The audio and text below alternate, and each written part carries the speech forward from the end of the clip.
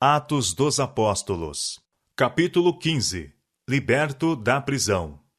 E por aquele mesmo tempo, o rei Herodes estendeu as mãos sobre alguns da igreja, para os maltratar. Atos capítulo 12, verso 1.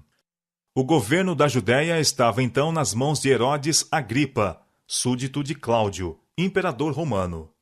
Herodes mantinha também o cargo de tetrarca da Galiléia.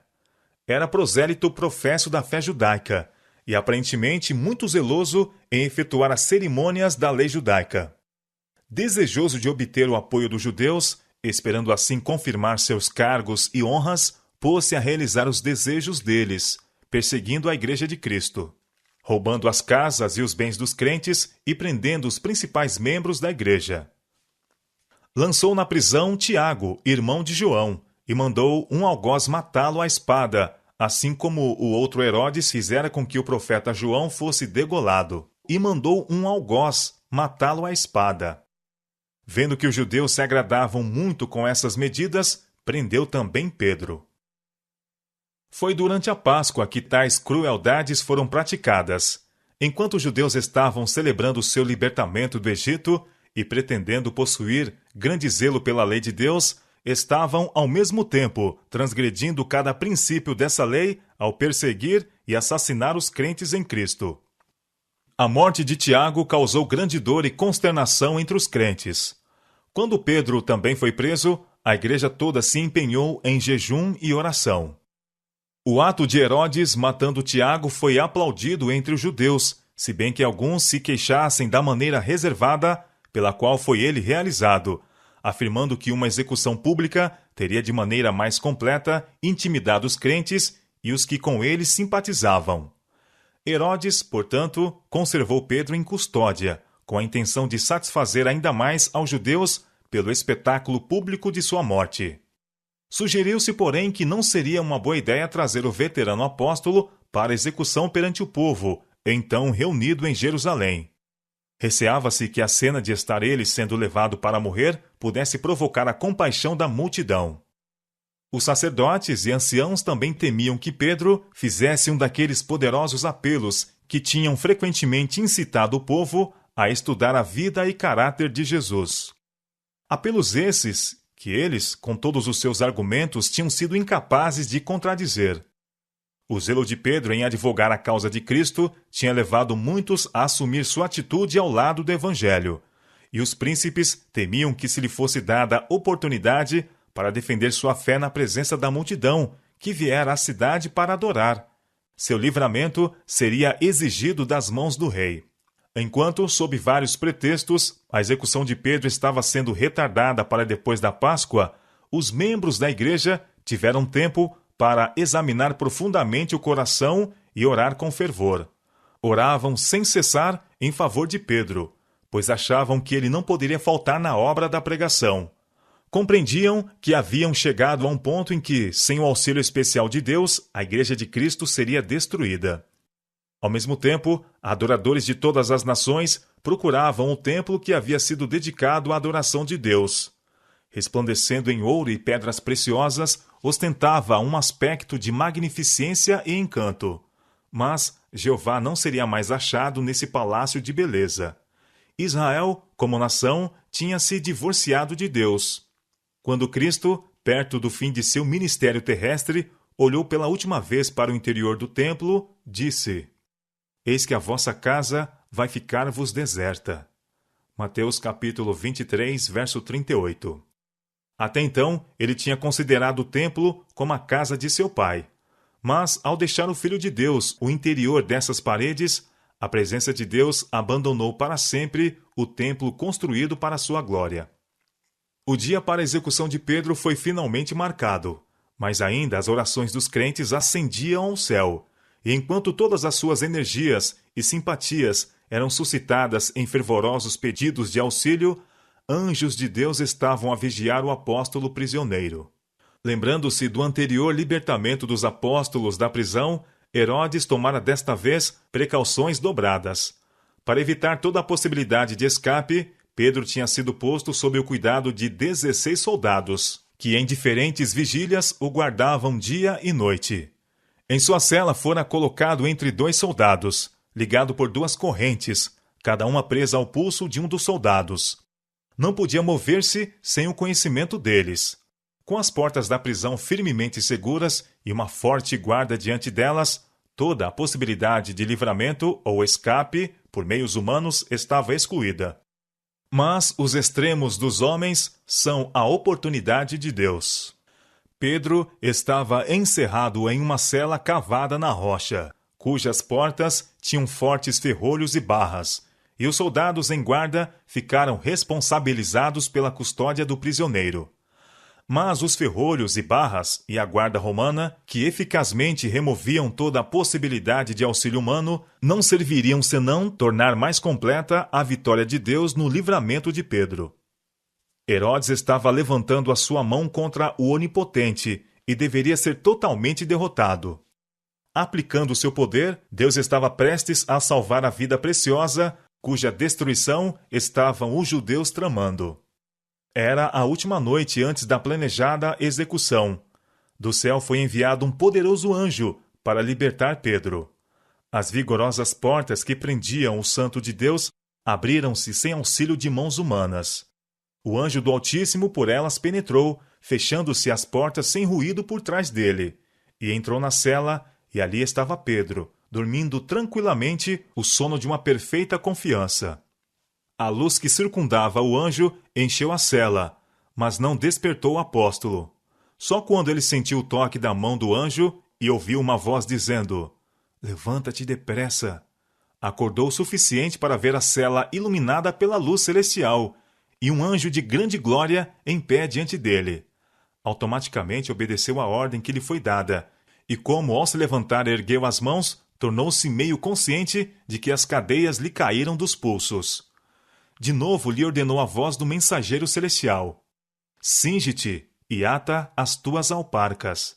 E de novo Pedro automaticamente obedeceu, conservando o admirado olhar voltado para o visitante e crendo estar sonhando ou em visão. Mais uma vez o anjo ordenou: "Lança as costas à tua capa e segue-me."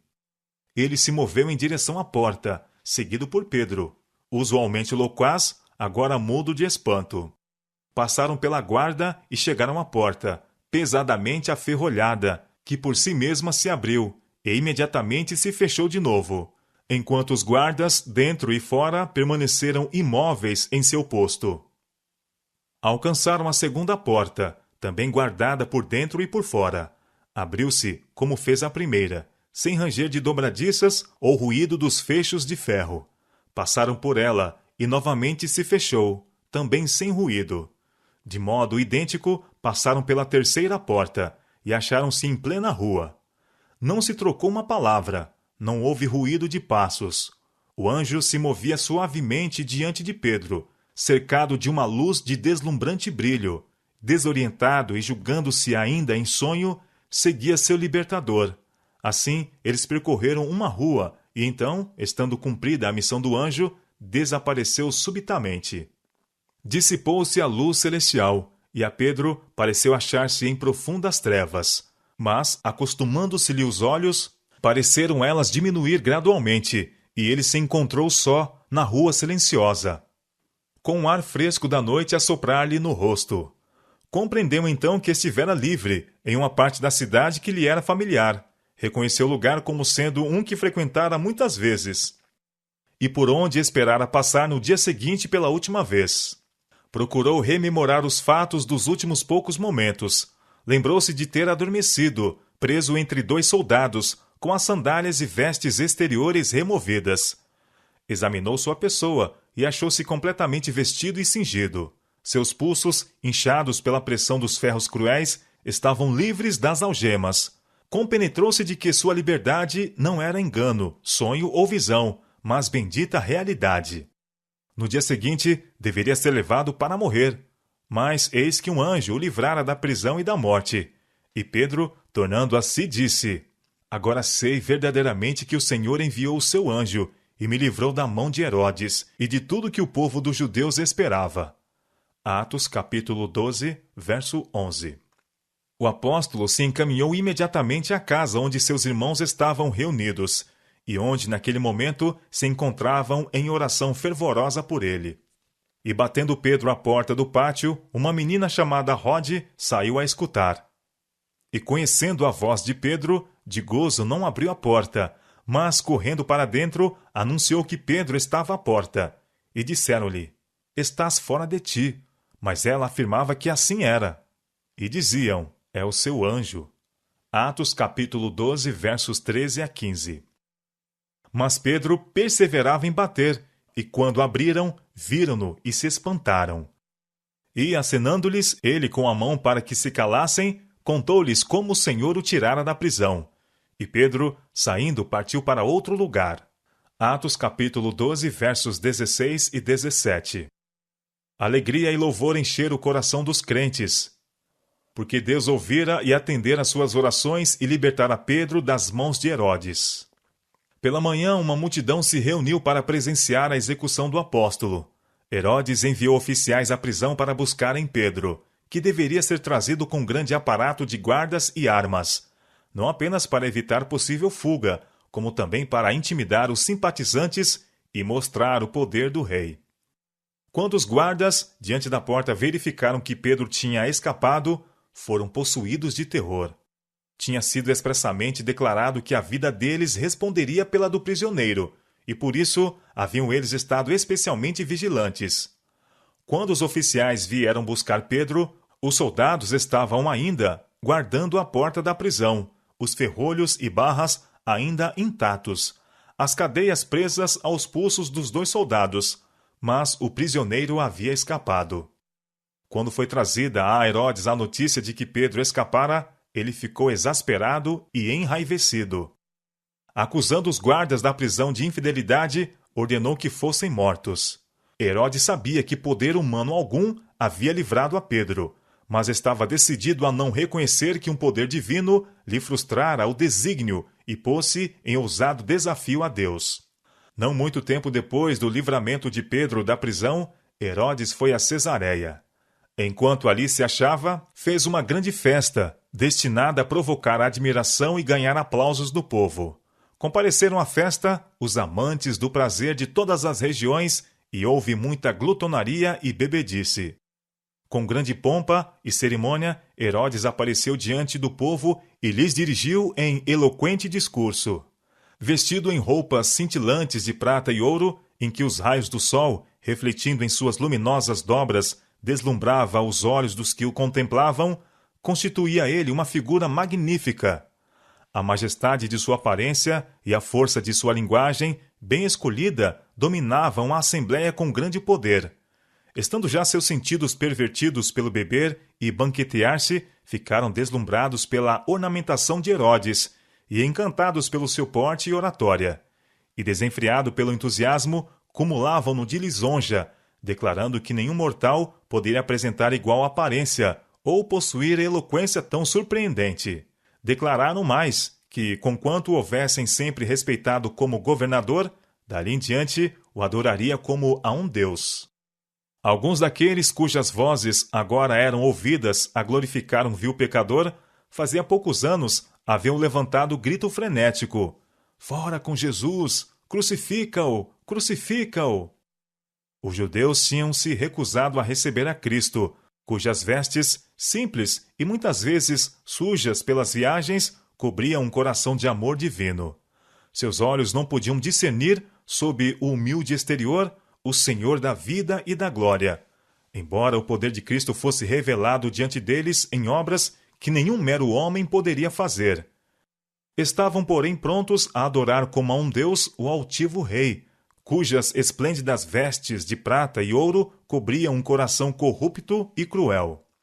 Herodes sabia que não merecia nenhum dos louvores e homenagens que lhe eram tributados. Todavia, aceitou a idolatria do povo como se lhes fosse devida. Seu coração saltou de triunfo e um lampejo de orgulho satisfeito espalhou-se-lhe pelo rosto ao ouvir a aclamação: "Voz de Deus e não de homem." Atos capítulo 12, verso 22. Subitamente, porém, sobreveio-lhe uma terrível mudança. Seu rosto se tornou pálido como a morte e contorcido pela agonia. Grandes gotas de suor lhe brotaram dos poros. Ficou por um momento como que traspassado de dor e terror. Então, volvendo a face branqueada e lívida para seus amigos tomados de horror, exclamou em tom rouco e desesperado: Aquele que exaltastes como um Deus está ferido de morte. Sofrendo a mais cruciante angústia, foi retirado daquela cena de orgia e ostentação. Um momento antes, ele tinha sido alvo orgulhoso do louvor e adoração daquela vasta multidão. Agora se compenetrava de que se achava nas mãos de um governador mais poderoso do que ele próprio. Remorsos o atormentavam. Lembrou-se de sua implacável perseguição aos seguidores de Cristo. Lembrou-se de sua ordem cruel para matar o inocente Tiago e seu intento de tirar a vida ao apóstolo Pedro. Recordou-se de como, em seu desgosto e decepcionada raiva, tirara uma injusta desforra dos guardas da prisão. Sentia que agora Deus estava a tratar com ele, o implacável perseguidor. Não encontrou alívio para a dor do corpo, nem para a angústia do espírito, e nem esperava encontrar. Herodes conhecia a lei de Deus, que diz: Não terás outros deuses diante de mim, e sabia que, aceitando a adoração do povo, enchera a medida de sua iniquidade e acarretara sobre si a justa ira de Jeová. O mesmo anjo que viera dos palácios reais para libertar Pedro foi o mensageiro da ira e juízo a Herodes. O anjo tocou em Pedro para o despertar do sono. Foi com um contato diferente que ele feriu o ímpio rei, acabando com seu orgulho e trazendo sobre ele o castigo do Todo-Poderoso. Herodes morreu em grande angústia de espírito e corpo, sob o juízo retribuidor de Deus. Essa demonstração da justiça divina teve uma influência poderosa sobre o povo. As novas de que o apóstolo de Cristo fora miraculosamente liberto da prisão e da morte, enquanto seu perseguidor fora atingido pela maldição de Deus, foram levadas a todos os países e vieram a ser um motivo de muitos passarem a crer em Jesus. A experiência de Filipe, incumbido por um anjo do céu de ir ao lugar em que encontrou alguém que procurava a verdade, a experiência de Cornélio, visitado por um anjo com a mensagem de Deus, de Pedro na prisão e condenado à morte, conduzido por um anjo à liberdade, tudo mostra a intimidade da ligação entre o céu e a terra. Para o obreiro de Deus, o relato destas visitas de anjos deve trazer força e coragem. Hoje, tão verdadeiramente como nos dias dos apóstolos, mensageiros celestiais estão a passar por todo o comprimento e largura da terra, procurando consolar os tristes, proteger os impenitentes, ganhar o coração das pessoas para Cristo. Não os podemos ver pessoalmente, não obstante estão conosco, guiando-nos, dirigindo-nos, protegendo-nos. O céu se aproxima da terra por meio daquela escada espiritual cuja base está firmemente plantada na terra, enquanto seu último degrau atinge o trono do Ser Infinito.